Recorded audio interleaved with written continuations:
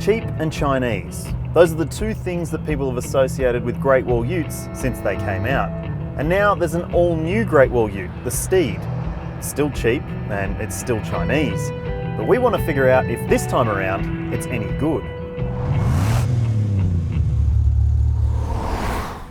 When Great Wall launched back in 2009 in Australia, the market was untested for budget-priced utes from China. Over the few years that the brand was at its strongest, there were a lot of Great Wall V-Series utes being sold. That's pretty good for a startup brand, but then Great Wall disappeared for a while. Now it's back with the Steed, under full company control rather than dealing with a distributor. And it's still affordable. The base model petrol rear-wheel drive starts at $24,990 drive away, while this dual cab all-wheel drive diesel is $29,990 drive away. It doesn't look cheap though. It's got a chrome grille, it's got daytime running lights, it's got side steps, and it's got 16-inch alloy wheels. Perhaps the cheapest looking element to the Great Wall Steed are these massive chrome door handles, but every Steed comes with a chrome sports bar and a protective tub liner for the tray. As well as that, you get these very sturdy tie-down points on the exterior of the tub. There are also 4 tie-down points inside the tray, as you'll see here, and the tray itself is 155mm longer than it used to be, and every Great Wall Steed can cope with more than a tonne in the back. But the towing capacity is just 2 tonnes, which is pretty measly when you consider the best in the class offer 3.5 tonnes. This new ute is considerably longer than the previous version, about a ruler's worth in fact, but you can't really tell from the back seat.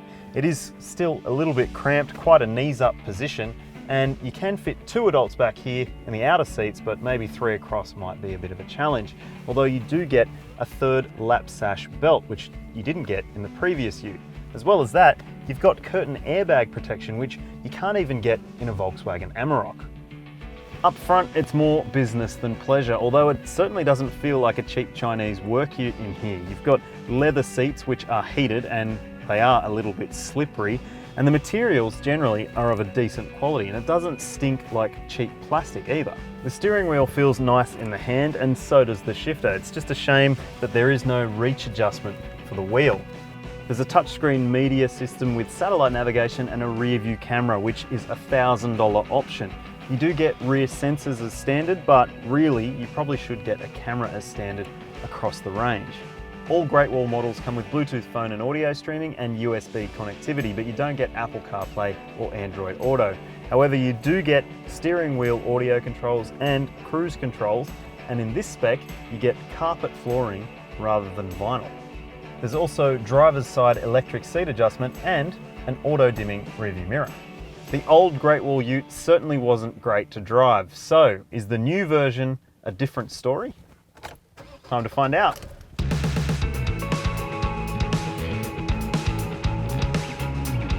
Under the bonnet of the Steed is a 2-litre 4-cylinder turbo diesel engine with 110 kilowatts of power and 310 newton meters of torque. Now those are pretty small outputs for this class, but it is also a pretty small engine for this class. Lots of competitors have much bigger engines.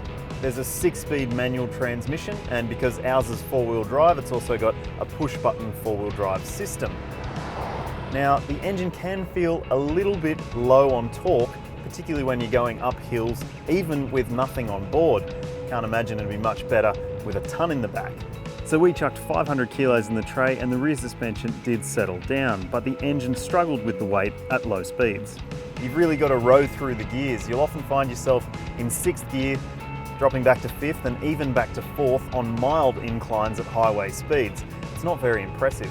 But on the flat, it's quite comfortable. It cruises along the highway easily, and if you don't find a hill, you'll be fine. It is a refined engine, and generally the refinement levels in the car are quite good, although there is quite a lot of wind noise from those massive wing mirrors. It is a bit agricultural, and the steering is pretty woolly too. It's light and not very direct and doesn't offer that much feel, which can be a little bit hard to judge when you're going into corners. And added to that, there's quite a lot of body roll too. As you might be able to tell by how much the camera is shaking, the ride isn't very settled, and this is even on a fairly smooth piece of road. Got to remember though that this car is about 30 grand cheaper than the best dual cab utes in the class. So that extra money that you're spending on those utes gets you better engineering. Anyone who owned a previous generation Great Wall ute will know that there were issues with after-sales service, but under the new regime, which sees Great Wall itself as the distributor of the utes, it's promised better after-sales care, but it still only comes with a 3-year 100,000k warranty. So all in all, the new Great Wall Steed is a much better ute than the previous generation V Series, and a much safer ute, and Great Wall should be applauded for that.